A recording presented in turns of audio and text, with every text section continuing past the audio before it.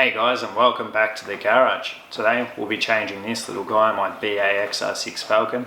This is much the same for a lot of other Falcons, and it'll be very similar for many other models of cars, so it's applicable to a lot of different stuff. So this little guy is a fuel filter. They're a very simple system, but they're often overlooked when they shouldn't be. When you think about it, all the petrol that your car will ever run off flows through one of these.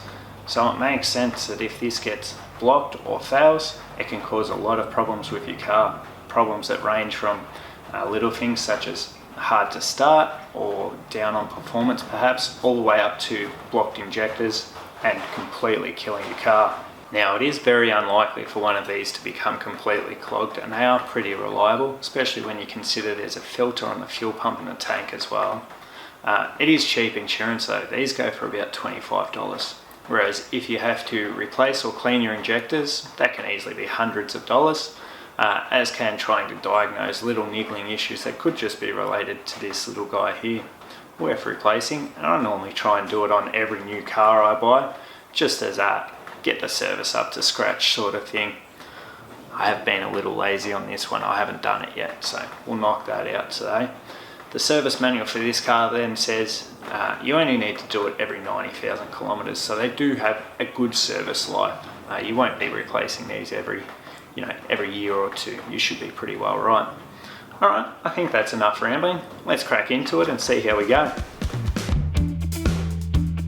Before starting, you ideally want to relieve some fuel pressure from the system. The easiest way to do this on this car is to remove the fuel pump relay, located in the relay box as shown.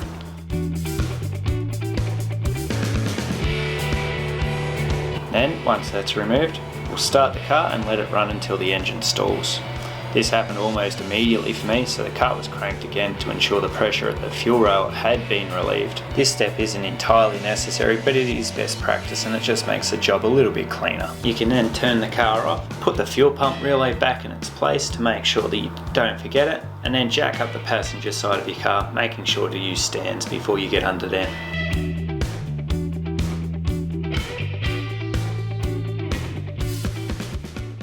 So now we're under the passenger side of the car. We can see where the old fuel filter is, with the lines running to and from it, and the nuts that go into the fuel filter. This is how you take this unit off. It's pretty simple. What we'll be using, these are flare nut spanners. You can see they've got a smaller opening than what a regular spanner does. This helps try and give more contact on that nut. Try not to strip it or round that head. If you do round that head, you're going to have a pretty bad day, so it might be worth picking these up. I just picked these up at Repco. You need a 14mm for this end and a 19mm for the filter side. I actually don't have one of these flare nut spanners in that size, but being that large, I don't think we're any danger of rounding that out. Fingers crossed. Let's start taking it off. So they're just standard thread. You will lose a little bit of fuel still.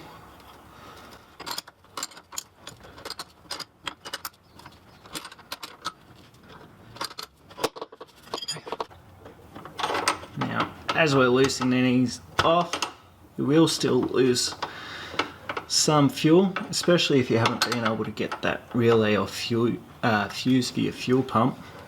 That's fine, it's not going to do any damage other than to you. If you're like me, that fuel will normally run straight down your arm, into your armpit and start burning. I have a theory on that, however. It's not all negatives. It's commonly thought that body odor is caused by the microbes and bacteria in areas like your armpit. So if that's burning you, you can imagine what it's doing to that bacteria there. So you might be able to go a few days without deodorant thanks to your fuel. Probably shouldn't be telling my viewers they stink again. I've done a bit of that recently. Might be something we can market to the teenage market though. Try and knock out some of that Lynx Africa market. Try and take that over a bit. Alright, these are being a bit stubborn and taking a while, so we'll just speed it up and come back once we've got this loosened off.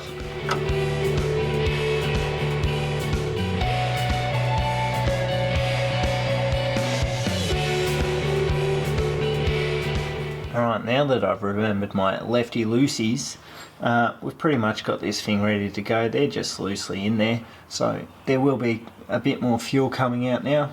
That's why I've got this plastic tub under here, just to catch a little bit of it and try and not make a mess. A few things to note.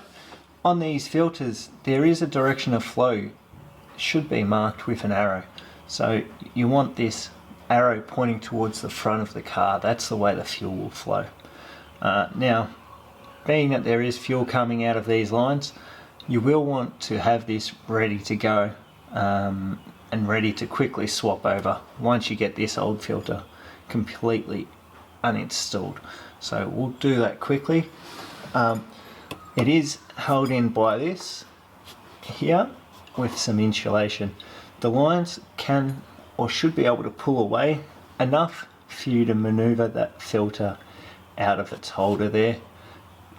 Don't bend these, but they're not terribly fragile. Don't be too concerned, but just avoid bending them. You can sort of shift them and move them out the way a bit. Alright, I'm going to quickly do that now.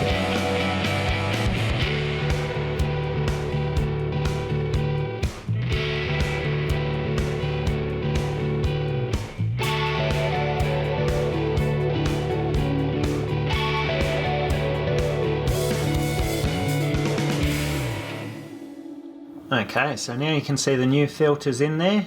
We've tightened it up. A few things to note. Obviously make sure the nuts on the end line up nicely into the filter so you don't go stripping it. Then snug them down. They don't need to be super tight, but make sure they are snug. That fuel you've lost, if you time it right, you've just serviced your car and you can use that to clean out your old oil pan. What else have we got? And now it's time to check that it's not leaking. Now, young me would probably just drop the car on the ground, go for a drive around the block, and if I saw a trail of flames behind me like some sort of Back to the Future shoot, I'd go back to the garage and tighten it up a bit more. I'm older, perhaps wiser, so we're going to do it a bit differently today. I've got some nice absorbent paper towel, and I'm just going to wrap it around the ends of the filter there. That will show up any leaks. I've got Max assisting me today. Max is quickly going to prime the car a few times to get some fuel back into the system, so go ahead and prime it a few times, Max, for me. Yep, once more. Yep, go again.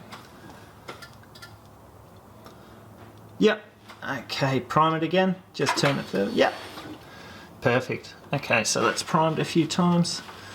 Let's make sure there's no dampness on this paper towel. I've dried it off before. No, that looks fine. That looks fine as well. Okay, and I might just get Max to prime it one more time just to prove to the camera that we're not leaking. So go ahead and prime it again, Max. Okay, there we go. That's done. We're right to drop the car down. That's it. Another job done on the car. I've taken a bit of a sort of a sample from this old filter. It's actually quite a good one, but even on quite a good one, you can see there is still quite a bit of, you know, whatever coming from your tank, bit of rust or dirt or whatever, and that fuel isn't, you know, it isn't as clear as you'd like it to be, so it's still been worth doing. It's a good peace of mind too, so we're right for the next 90,000 Ks on that one. Won't have to worry about it. And that's it.